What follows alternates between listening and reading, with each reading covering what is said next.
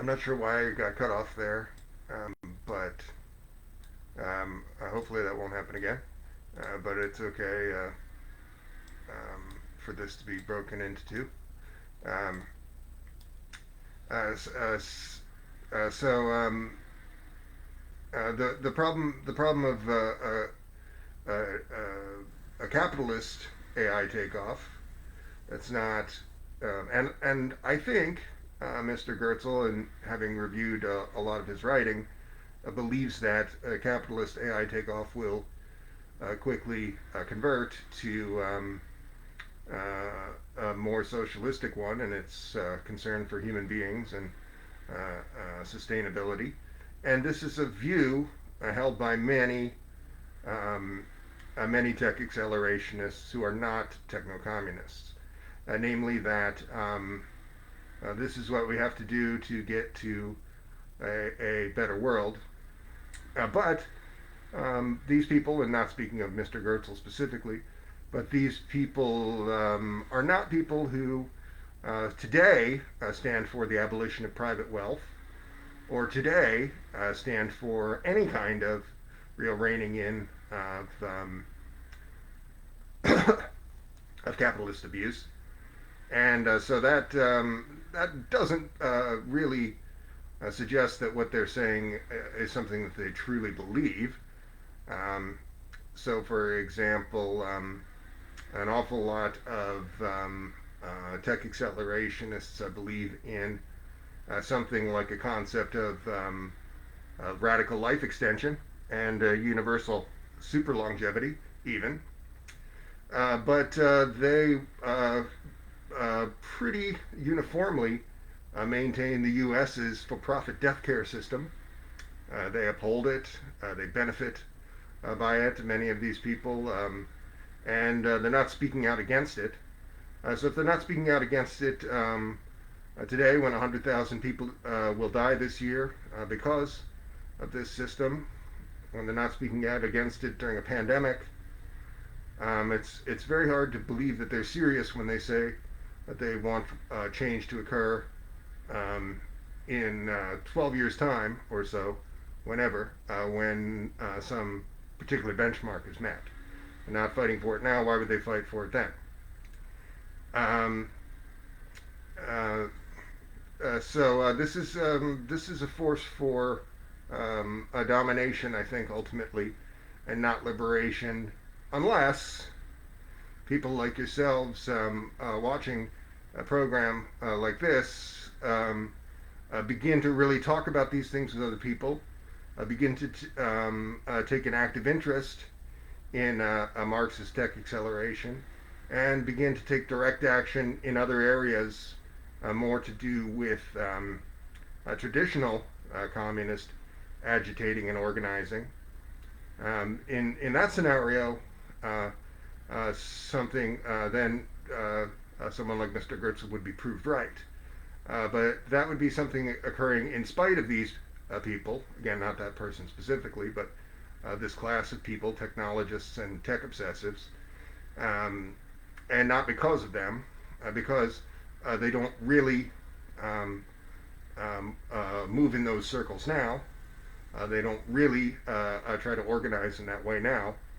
So if it does occur, it will be occurring really without too much their assistance, except perhaps in the certain limited technical areas. Um, an AI singularity is going to arrive on the waves of capital accumulation and not for humanity's benefit. Working people will then be cast aside, just as the peasant farmers were cast aside, and other sectors that have been highly automated, working people were cast aside. They didn't become rich as kings either. They are they were rat fucked by a professional managerial class that emerged, and a kind of a neoliberal economic order that emerged around that time, or in a nascent form the decades before. And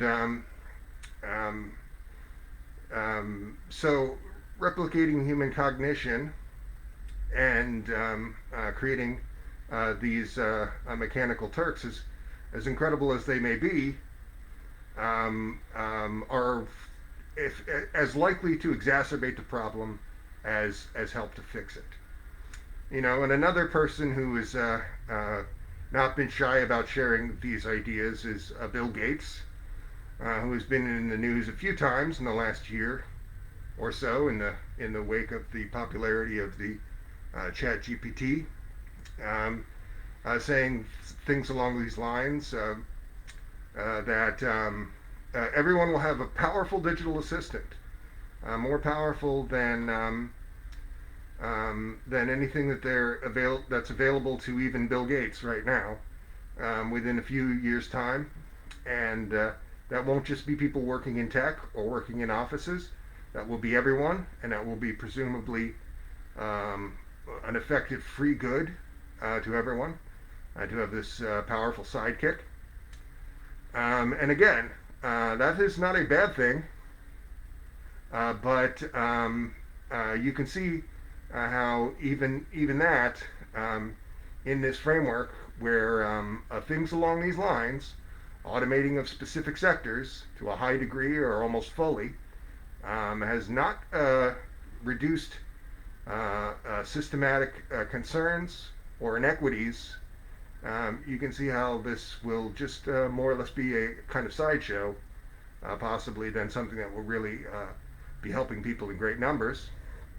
I do believe that some people will be helped by this, but that's not enough.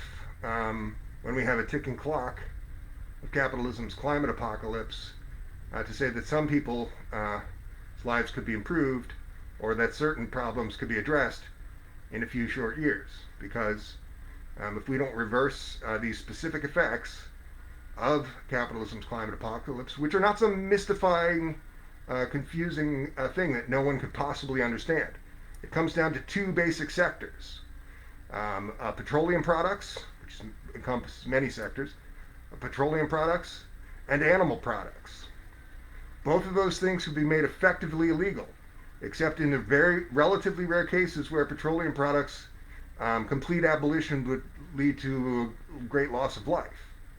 So you could basically reduce petroleum products to almost nothing without that happening.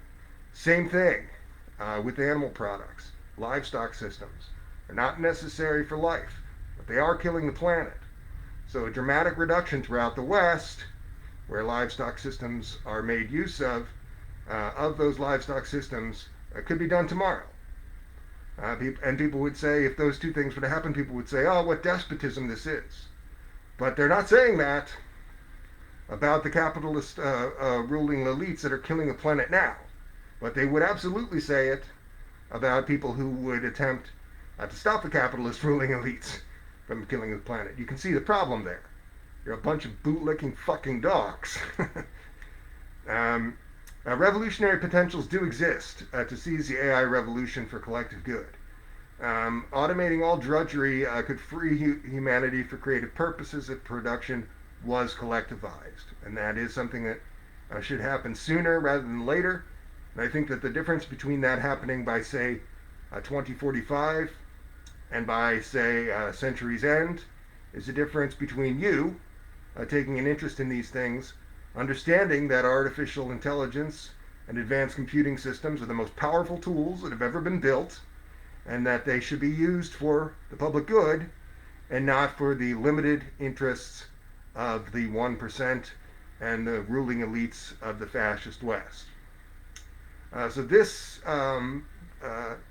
that framework of this happening in your lifetime, right? I would like to see a universal super longevity because I want to see 8 billion people living as long as they want to, but also because I want to see myself living as long as I want to. It's very cold comfort to see a thing like that happen 150 years from now when I am long dead. That's not something that really excites me in the way that it's happening in the years to come. So much so that I would be willing to take risks to see that happen. So we must popularize and through other traditional communist methods, which most technologists pretty stridently avoid, pretty specifically and vociferously denounce and pretty particularly avoid, um,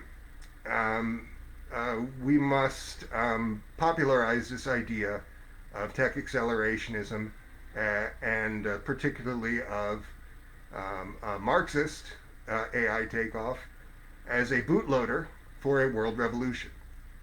And this accelerationism that pushes automation to its limits while empowering the working class, while restructuring radically in a revolutionary way, not in an incrementalist or reformist way, radically restructuring our society and its very, very ridiculous institutions that mostly serve little function or are doing bad things like killing the planet. AI singularity on its current path, I believe, absent this Marxist tech accelerationist groundswell, will almost certainly lead to a horrible technological dystopia. But in workers' hands, it could enable genuine, fully automated luxury communism that requires you to become an activist for fully automated luxury communism, not merely to wait for neoliberals to automate your economy and then benefit from fully automated luxury communism, as that work by Aaron Bastani will tend to suggest. And that, of course, means abolishing wage slavery, abolishing private wealth, and completely changing these systems. These things are not that hard to do. They have been done using so-called analog technology, and they would have been done to a far higher degree were it not for fascist ruling elites systematically sabotaging those people who did abolish or reduce private wealth to a very, very high degree. Of course, I'm talking most particularly here of the Soviet Union. And you can say an awful lot of things about the Soviet Union, and I don't necessarily discourage you to talk about what the Soviet Union has done and what they might have done better. But I don't think you should be allowed to have that conversation unless you first say this one thing, which is quite simple. In 1917, revolutionaries built the first socialist country. In 1918, the fascist US and fascist West conspired to invade that country and overthrow that socialist government. And that was basically the modus operandi of the entire fascist West for all of the years between 1917 and 1989, when the collapse of the Soviet bloc began. They did nothing but attack until this socialist project was destroyed. And everything that you've heard about their failings or exaggerations about personalities around that have basically been lies to confuse that simple issue that this socialist country was sabotaged by fascists.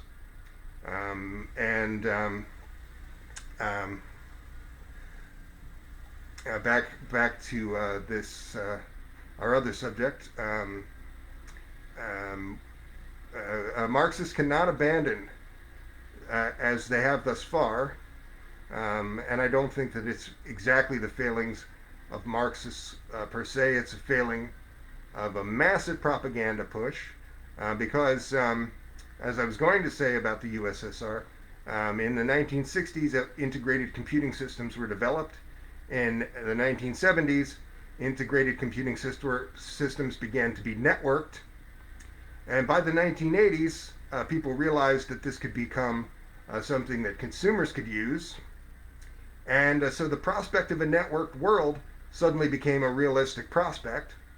And that is why, in my view, a major reason why the USSR sabotage project by the fascist US kicked into overdrive at that time because they recognized that this could be a bootloader for a world revolution, and they had to prevent that so that they could control these sectors and pervert them from something with genuine revolutionary potential into a neo-reactionary force so evil that it's almost beyond comprehension.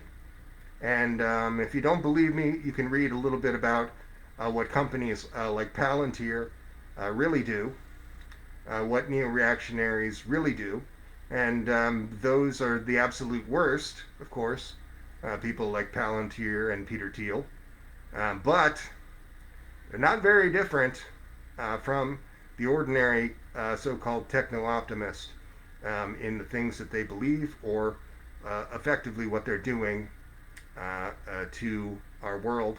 And all of technology has been more or less captured in this way. You can scarcely point to a big tech firm in the US or the fascist West that is not essentially a military contractor.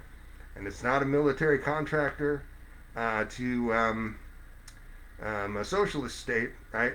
It's a military contractor to the fascist state that's been the center of anti-communist fascism for 100 years. So all of these people are effectively crypto-fascists, pretending to be something that they're not, and upholding this very system that's killing the planet, that they pay lip service to dismantling, but will never dismantle. So our choices are quite simply techno-socialist push, which by definition socialism leads to the more utopian communist outcome. You are not a socialist if you are trying to integrate a certain kind of program into a capitalist market economy. That's not actually socialism. So socialists are necessarily budding communists. And the options are techno-socialism or techno-barbarism. And the working class must achieve its own singularity, its own AI takeoff. That is we must reclaim these sectors that are now controlled by fascists in order to direct technology for collective freedom.